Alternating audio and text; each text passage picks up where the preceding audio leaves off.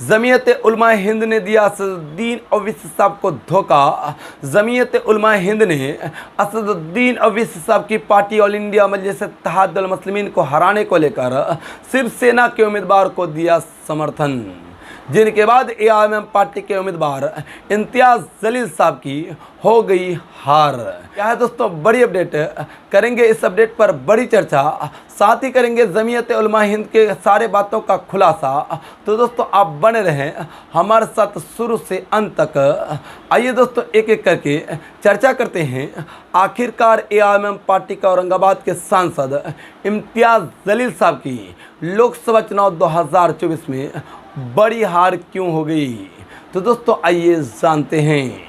दोस्तों आपको बताता चलूं, औरंगाबाद में पिछले दफ़े इम्तियाज़ जलील साहब ने शिवसेना को हरा करके बड़ी तगड़ी जीत हासिल की थी और यहां पर कहने की अपनी सत्ता काबिज की थी, अपना राज कायम किया था। लेकिन इस बार के लोकसभा चुनाव 2024 में इम्तियाज़ जलील साहब को इतने काम करने के बावजूद हार का सामना करना पड़ा। दोस्तों दरअसल लगातार से खबरें ये सामने निकल कर आ रही है कि यहाँ पर इम्तियाज़ जलील साहब इसलिए चुनाव हारे क्योंकि यहाँ पर इम्तियाज़ जलील साहब को जमीयत उलमा हिंद ने धोखा दे दिया और धोखा दे करके ऑल इंडिया मजलिस इत्तेहादुल मुस्लिमीन को औरंगाबाद में हराने के लिए जमीयत उलमा हिंद के सारे नेताओं ने, सारे बड़े बड़े कहने की उलमाओं ने खुल करके शिवसेना के उम्मीदवार को समर्थन कर दिया, जिनके बाद एआईएमएम पार्टी के उम्मीदवार इम्तियाज़ जलील साहब की हार हो गई। ये लगातार से ग्राउंड जीरो से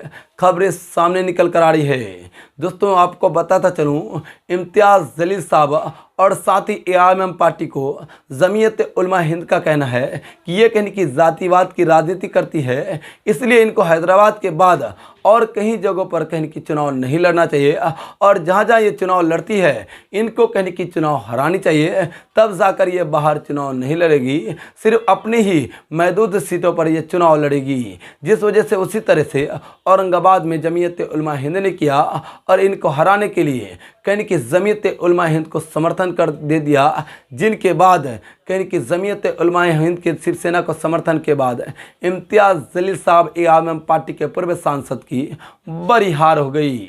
दोस्तों इस हार को लेकर आप क्या कुछ कहते हैं? क्या इम्तियाज़ जलील साहब की हार जमीयत उलमा हिंद की वजह से हुई है या फिर नहीं हुई है? क्या सच में जमीयत उलमा हिंद शिवसेना के उम्मीदवार को समर्थन किया था लोकसभा चुनाव 2024 में या फिर नहीं किया था? दोस्तों इन सभी खबरों को लेकर आप क्या कुछ कहते हैं?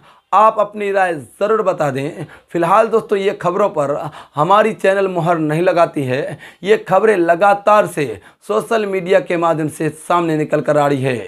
दोस्तों इन खबरों को लेकर आप क्या कुछ कहते हैं?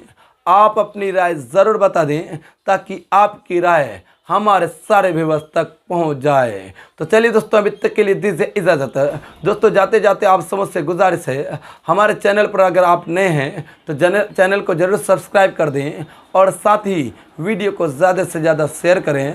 अगर वहीं पे पुराने साथी हैं तो वीडियो को लाइक और शेयर करें और एक कहने की कमेंट में छोटा सा प्यारा सा कहने की अपनी राय हम तक ज़रूर भेज दें। तो चलिए दोस्तों अब तक के लिए दीजिए इजाज़त, तब तक के लिए जय हिंद जय भारत।